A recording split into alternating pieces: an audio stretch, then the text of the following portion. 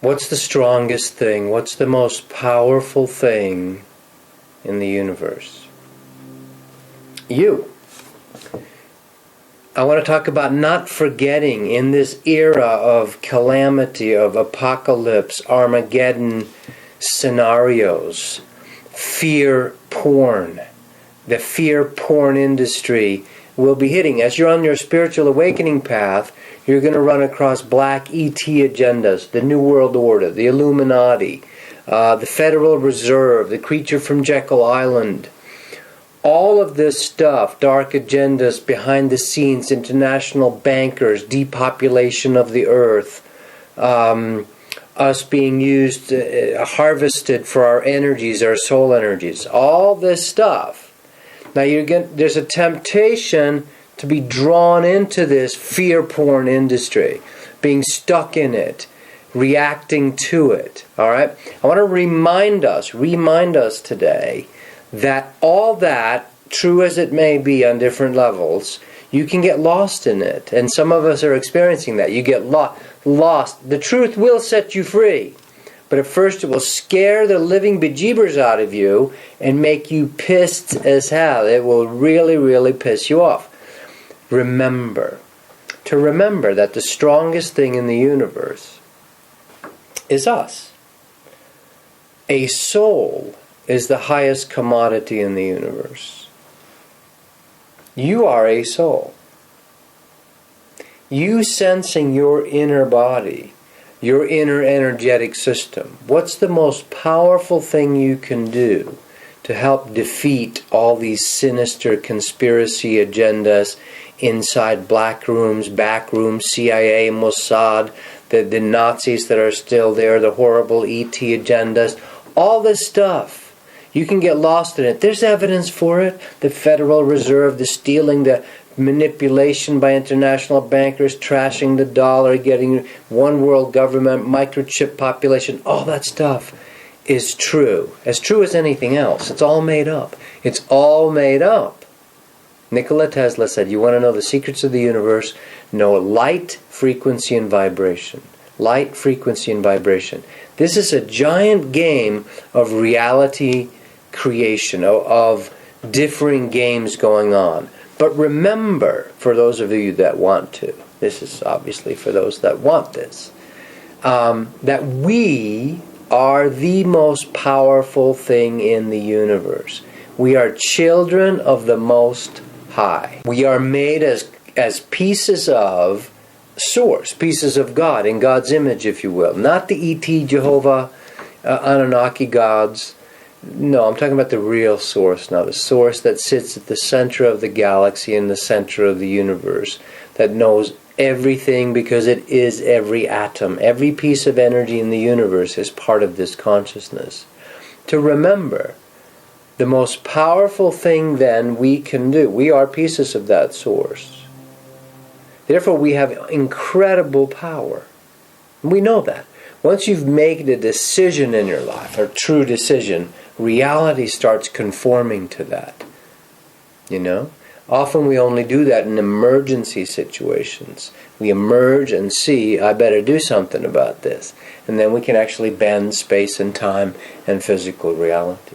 We have this power. So when all these visions and talks and the fear porn industry talks to you about how you're sheep and cattle for the ETs that are going to eat you, and how the evil bankers are going to completely create a microchip world population and so forth, one thing to remember is that the most powerful thing you can do is to put your feet on the earth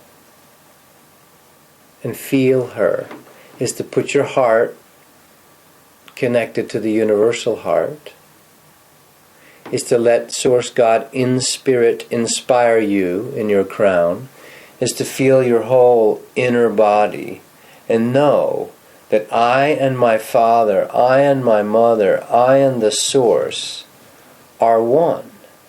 There's nothing that can stand against you. Nothing. When people are getting abducted by the little greys, which 15 years ago I asked, 20 years ago probably, I asked God, I said, what is this phenomenon? It started approaching me at night in my bedroom. And I was shown very clearly that we have the power to participate or not. When you call on the Most High, on Source God, you have the power to stop anything at any time. If you're being abducted out there, you don't have to be, if you truly don't want to. Now, if you have a soul agreement that that's what you really want to do, and your personality is fighting it, that's a different situation. We are the most powerful pieces of Source. When you go out and feel good, feel God, when you grow a garden, growing a garden, they used to have those victory gardens during World War II, right? There's something to that. You feeling the earth, connecting with her, is so much more powerful than any evil agendas from different ET beings that are here to harvest you for your energy. Right? We are so much stronger than that. God's Source only allows the catastrophes, the enslavement, if it is part of our necessary 2x4 to the head to wake up. It is being, remember this, it is being guided, guarded, and absolutely appropriate. There are beings that are so large, planetary beings. The sun is a being. Mother Earth is a being. They're not worried about some little ETs coming here trying to enslave some humans. But if you channel or tune into these fourth dimension, fourth density, call it what you want, beings that are pretending to be gods, and you buy off on that, some channeled material out there somewhere, and you don't want to feel your own healing and your own emotions, and you go with some cult-like program, if I just believe in this, everything will be okay. That's what you get. That is your harsh awakening down the road. So, but to remember, all this fear porn, the fear porn industry is going to be going big time in conspiracy. It's the big thing now. We are the Source beings. We are pieces of the Source. And through your inner body, through true yoga, union. I'm a Kriya Yogi, I've been doing that for 30 years. And that's complicated. There's simpler ways. The one full divine breath, whatever it is that you need to do to center, to connect to your Source. What is it that breathes you? What is it that is the central life force in your spinal column? That life force knows how to keep you safe. No floods, no tsunamis, not even nuclear reactor radiation. All that stuff is made after soul energy. Your Source soul energy in you is stronger, is more powerful than all that. So remember, none of these disconnection